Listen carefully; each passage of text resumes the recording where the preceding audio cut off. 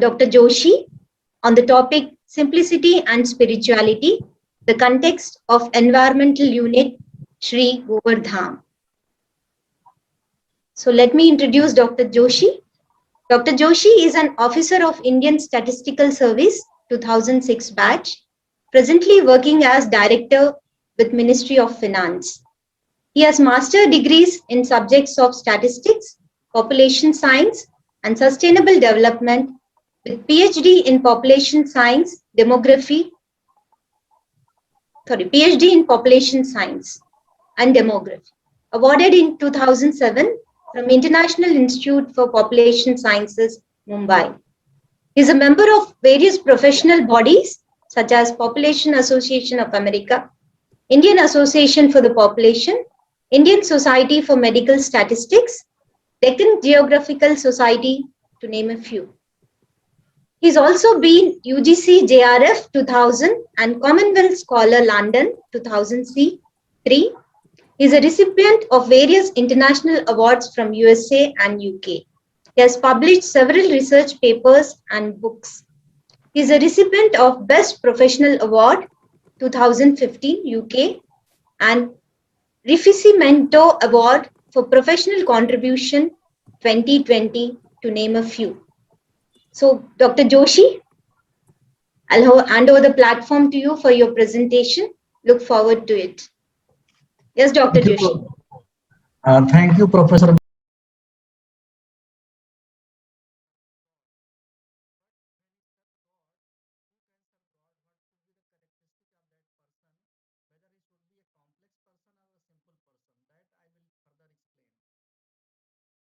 Therefore, the main objective of this paper is to understand the link between simplicity, spirituality, and the environment, with a special focus on Sri Govardhan Parbat and find the pathways of how Sri Govardhan Parbat fulfills requirement of an environmental unit. So, first of all, I will come to the characteristics of a simple person according to Bhagavad Gita 13.8, 13 chapter 8 sloka.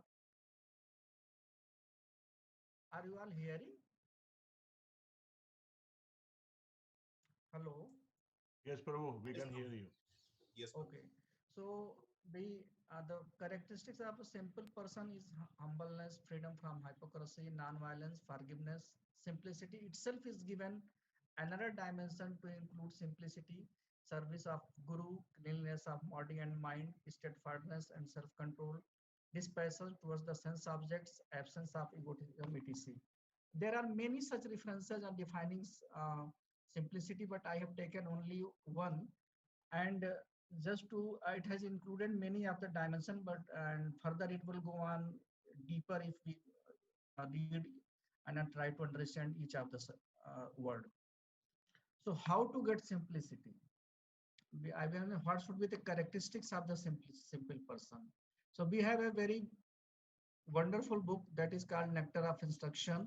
The first four slokas of Nectar of Instruction, that is Upadesa Amrit, we say, defines the characteristics of a simple person. Means the person should be able to tolerate the urges to speak, mind's demand, actions of the anger and urges of the tongue and belly and genitals. And further, the person should have yesterday this was also, he should not have do any of the atyahar, excess of overuse of anything, that will also be brought into the environmental protection and sustainability issue. So if we take these four many characteristics that has been explained in the Upadesamrit, the person definitely will become a simple. He will not overuse anything. He will be in the platform of simple living and high thinking. Then how this is connected to spirituality? What it is connected to spirituality, because when we go on following these principles or these niyama, yama niyama of principles, we will find that we try, attempt to get the love of Godhead. How? I will very briefly say, but because I'm not qualified enough to go in deep into that philosophy, I feel. Uh, we will develop love of Godhead. It has been told for getting the love of Godhead, you have to serve Sri Radha Kunda. For serving Sri Radha Kunda, and there is actually no difference between Srimati Radha Rani and Radha Kunda. So you will get love of Godhead if you serve Srimati Radha Rani, because Srimati Radha Rani is the direct first and the foremost, supermost, highest, on the highest principle serving Sri Krishna. So we will get that. So we will get spirituality if we follow these principles. So simplicity and spirituality is very much interlinked, and it has been very well explained in our scriptures. How the nature comes here? We have seen that a simple person has a self-control. So he will not destroy the environment.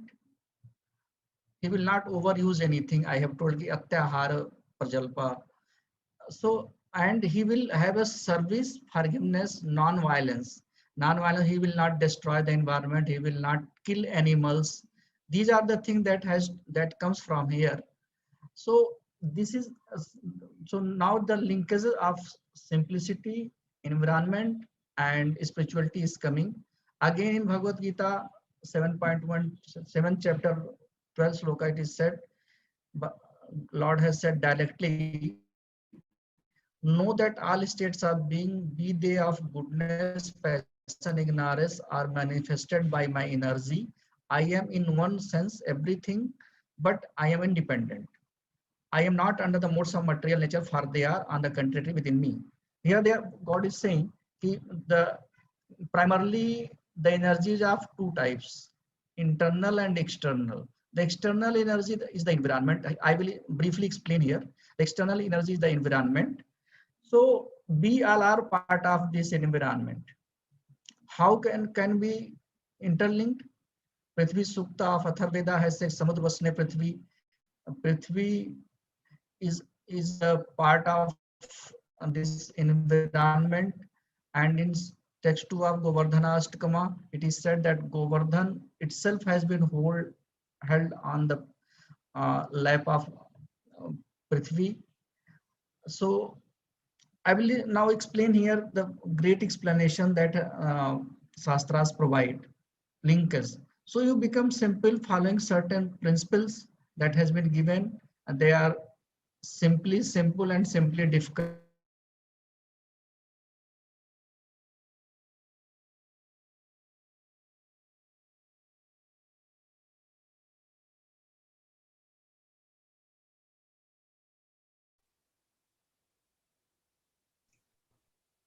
Looks like the internet is Yes, not down at stable. Dr. Joshi's end. So maybe we can wait for a minute or so that he can connect. Yes, I think he's connecting. Right.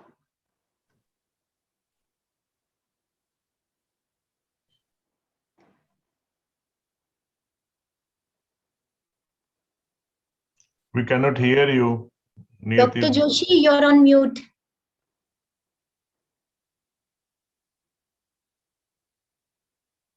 Dr. Joshi, you're on mute.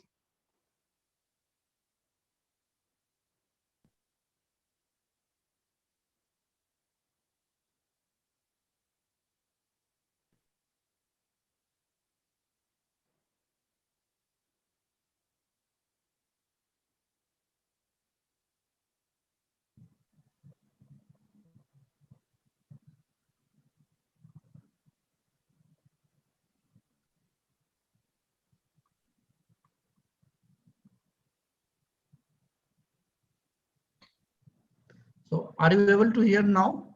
Yes, perfectly, Yes. Dr. Joshi. Carry on. So Shastras has explained, I've given very concrete definition of simplicity linking with spirituality and environment. If we follow them, we will be able to exactly protect the environment and become sustainable. Now in the conclusion part, I will show how it is. A simple and spiritual person loves everyone, including nature. It has been said in Sri Ishopanishad, Nisad text 1, Isa Vasyam Idam Sharmam. The God is everywhere in the even in the environment. Just our previous speaker has said, Everything animate and inanimate is within the God. So even environment is within the God. So if you are loving God, you will love the environment also, and will surely will those whom you love, you will not destroy. It has been the practice of Indians to worship rivers, mountains, trees, rain, Mother Earth, which are all components of the environment. We have found that simple person has a good behavior. Good behavior results in good karma. Hence, our behavior marks simultaneous karmic reactions, which further means that our actions affect environment. So we have to do our actions according to the shastra that has been defined, so that it does not our environment is not negatively affected. Therefore, we have to maintain a good physical environment which would affect our consciousness and would help in becoming good and simple person. How we can take the help of the environment which has been provided by God to improve our consciousness. We have been doing praying to rivers, praying to trees, praying to the Mother Earth.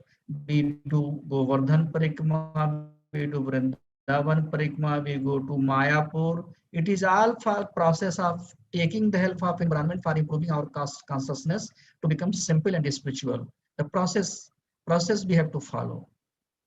Further, Sri Govardhan culture, Vaishnav culture, and Annakuta.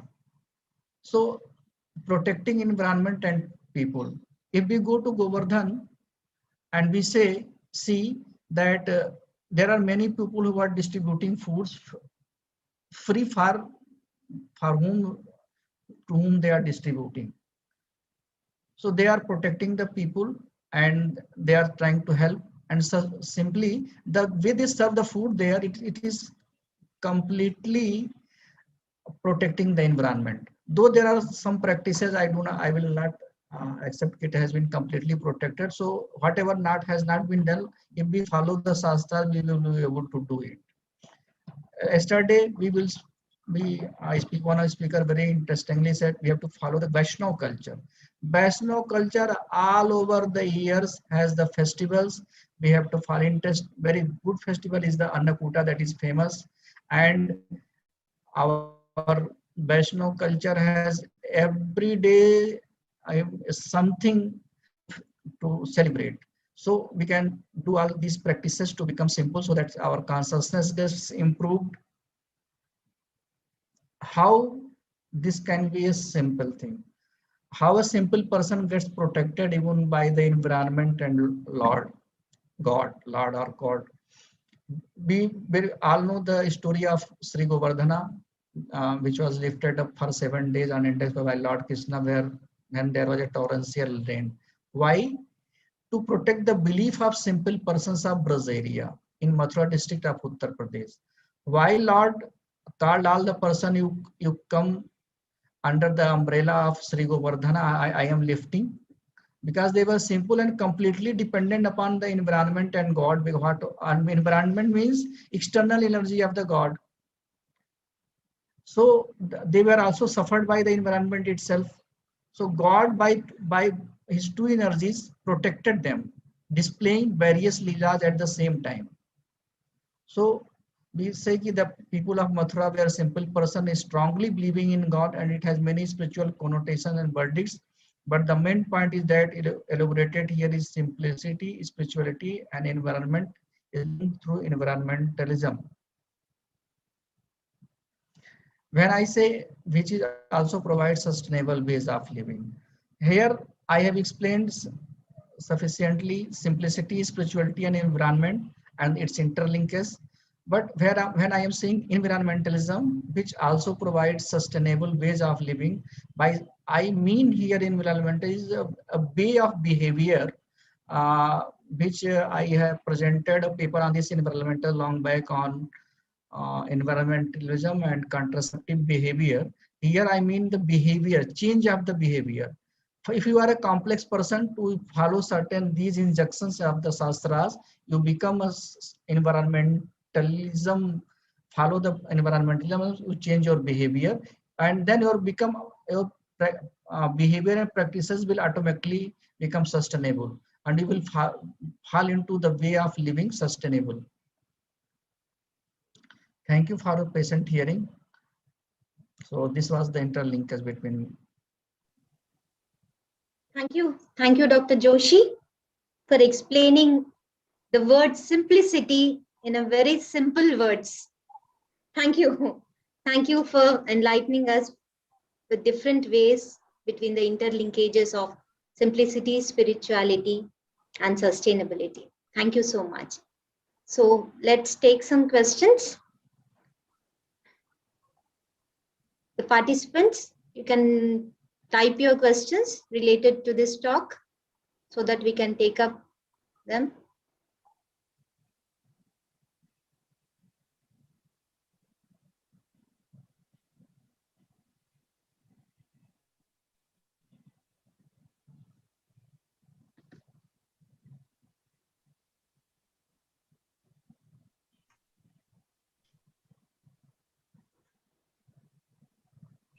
So, Dr. Joshi, I have a question. How Yes, please. are environmental and financial crises are related? Yes, very interesting questions. If we protect the environment, there is then not much need of the finances, because nature has come in its own way, and it demands us to be in tandem with the nature. So Srila Prabhupada has said that we don't need much of the finances to live a simple life. He has told that you can be in tandem with the nature and very minimal resources you can live life. And the purpose of the life is itself to become God, Krishna conscious. So far, if you are becoming Krishna conscious, then you are not destroying the environment, then there will be not much need of finances. That is what I can think. Thank you. Dr. Joshi, there is a question from Vinay Kumar. He's saying that the austerities as said in Updeshamrita is not so simple. So please give your comments on that. Austerity? Austerities as said in Updeshamrita is not so simple. Yes. Your comments, please. Yes. Yes. My comment is that that is what we are not able to get. If we get that, will become simple, and we will spiritual also. So both will automatically get linked. They are very tough to follow, but not so if we go through the Yama Niyama principle. Means the instruction that has been given in the Shastras, and what the Guru has said, our Guru Maharaj has said. If we follow these Yama and Niyama, it will become very simple. Otherwise, it will always remain difficult. There's one more question, Prabhuji, from Malini Devi Dasi. Hare Krishna, Prabhuji. How do you think schools can simplify themselves, since education is the most expensive? Sometimes for no reason, which bodies or agencies in the government can take a call on this? See, there is a concept of sustainable education, and you can do only with the spiritual practices. And when I say sustainable education, it means you give education that changes the attitudes of the student at whatever stage he is, either a child or at the university level. So if your education is not changing the attitude in consonance with the principles of the Shastras, it will not be possible to do spiritual or simple education. So spiritual education is actually simple. We have made big buildings, complex admission procedures. So we have made ourselves complex. They were always simple.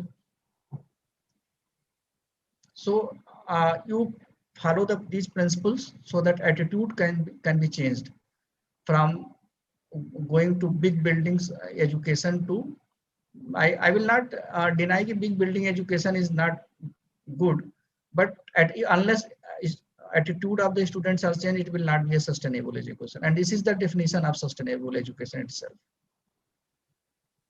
I also have a research paper published on this. You can see, refer on the internet.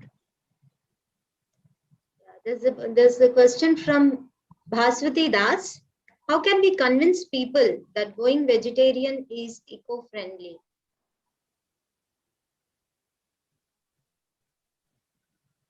Going vegetarian is eco. Since I have not brought the data, but yesterday Professor Ramesh Goel shared how much intake of the energy you take when you eat vegetarian and non-vegetarian food. So in utilizing the vegetarian food, you consume very less energy, so you don't destroy much of the environment. So this is very much directly linked, and it has been proved. I have not brought the data. Yesterday it was presented. Okay, thank you. The question from Kanchan Verma. I have a very general question. Being in the field of finance, many times we need to bet against loss of other. Even after knowing this, puts us in a dilemma between our karma and spirituality. What should we do in this situation? I don't know whether No, question I was able to. being in the Yes, Dr. Joshi. Being in the field of finance, for me, or the finance itself, how I'm not clearly understanding the question. Yeah, that's what I think. There needs to be a clarity in the question. Kanchan, can you clarify the question again in the chat box, please? So meanwhile, we'll take up other questions. The question from Aditi Mishal. Environmental action is at the mercy of economic development and is influenced by sponsors. How can government help in this matter? So that is why we all need to be simple and spiritual. We have not to over-exploit. We have only to, the definition of sustainability itself is to use only that what is needed. So when it is at the mercy, it is when the word you are using the mercy, of course, it means you are going to overuse. Atyahara you are going to do. So it will not be sustainable. So whatever use is there, you do, and then definitely there would be renewable process of the environment and ecosystems. Then there would be no difficulties. Dr. Joshi, can I comment on this one? Yes, Professor Goel. Yes, please. So this is an excellent question, and as Dr. Joshi mentioned, simplicity. But at the government level, governments, they have to create incentives. If, say, for example, if I am as in industry comply with the environmental and doing something good, I should get awards for that. So there are incentive program, and in many countries, those incentive programs do exist. So likewise, other countries can follow same protocol. Yes. This is also a way that incentives can be done. Actually, I was not commenting deliberately, being representing ministry. Yeah. Okay, Dr. Joshi, thank you so much for your presentation.